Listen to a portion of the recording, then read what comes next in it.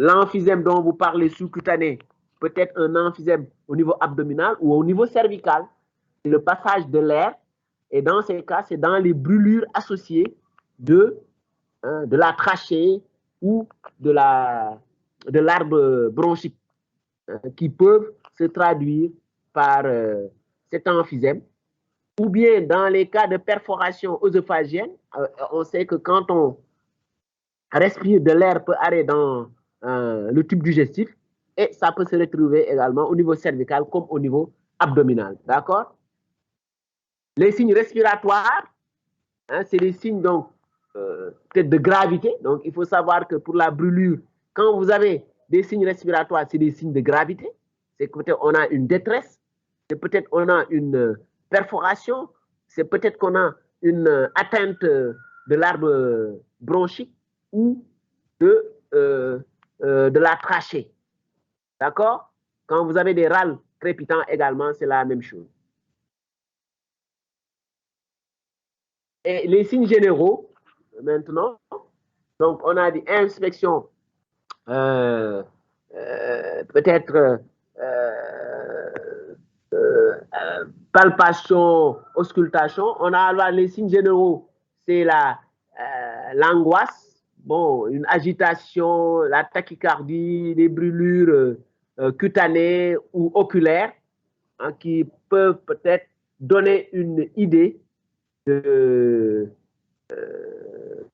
par exemple, les brûlures oculaires peuvent donner donc une idée du produit. Donc, si c'est un produit peut-être volatile ou d'un produit liquide, on peut avoir une idée de la nature du produit. Maintenant, dans ce diagnostic, parce que dans votre cours, diapositive suivante,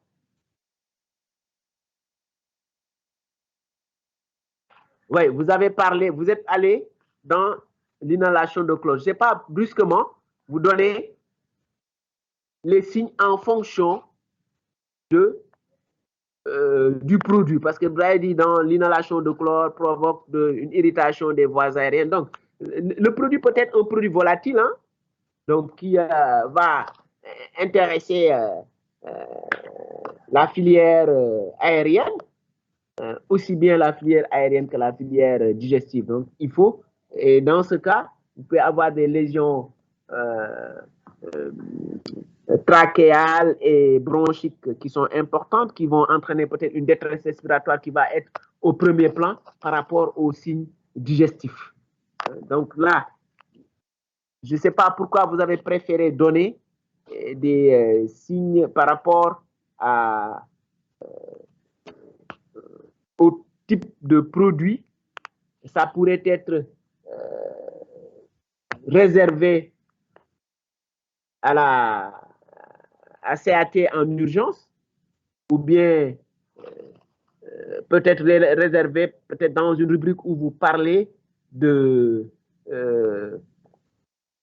dans les cas où la brûlure est sévère, donc les cas de gravité, et dans ce cas peut-être vous direz que peut-être l'inhalation notamment d'ammoniac, vous savez l'ammoniac c'est peut-être un produit volatile, peut entraîner peut-être des lésions très sévères et qui sont le plus souvent létales. Je pense que quand vous prenez la démarche de dire diagnostic, donc le diagnostic il est clinique, le diagnostic il est aussi paraclinique. Donc il faut parler de la paraclinique ici. Donc, et l'examen paraclinique va comporter une biologie qui notera donc l'ionogramme sanguin. Donc, il faut toujours avoir l'ionogramme sanguin qui peut mettre en évidence une hypernatrémie. Il faut les gaz du sang, hein, qui doivent rechercher une acidose métabolique ou hyperchlorémique. L'hémogramme également, qui recherchera une anémie ou bien une infection surajoutée. Vous ferez également la crase sanguine parce que dans certaines brûlures sévères, on peut avoir des troubles de la crase sanguine, mais également la fonction rénale sera évaluée. Sur le plan radiologique, La fibroscopie est également un élément déterminant dans le diagnostic. Et c'est dans cette fibroscopie, parce que quand toi tu as parlé de, il n'existe pas de parallélisme. C'est au niveau de la fibroscopie, on peut dire que il n'y a pas de parallélisme, parce que c'est pas parce que les lésions ne sont pas sévères qu'on n'aura pas peut-être un tableau très sévère, d'accord? Donc c'est pas parce que aussi on a un tableau très sévère clinique que les lésions vont être sévères au niveau de l'endoscopie. Je m'explique. On peut avoir un œdème important simplement, notamment un œdème laryngé qui va créer une dyspnée laryngée qui peut brusquement emporter le malade. Hein.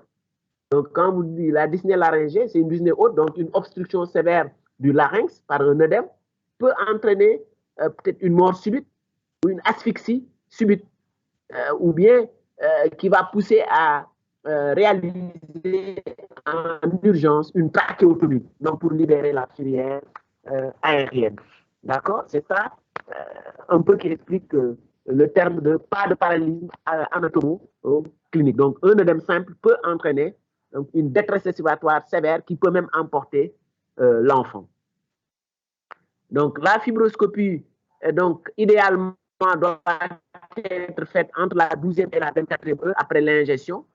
Quand elle est faite avant 6 heures, il y a un risque de sous-évaluation des lésions, donc les lésions qui ne sont pas encore complètement révélées. Au-delà de 24 heures, il y a aussi le risque d'entraîner une perforation, parce que si c'est des lésions très sévères avec une nécrose importante, et la facelle qui est constituée, donc la mise en place d'une endoscopie, notamment les endoscopies ORL qui sont le plus souvent faites avec des tubes rigides, hein, ça peut entraîner des perforations. L'idéal, c'est l'endoscopie souple que nous, on réalise, qui n'entraîne pas en tant que tel une perforation, parce que c'est un tube qui est très souple, donc qui est malléable et qui ne provoque pas donc, une perforation. Donc, il faut contre-indiquer l'endoscopie rigide en cas de suspicion de perforation digestive. Cette endoscopie va permettre de classer les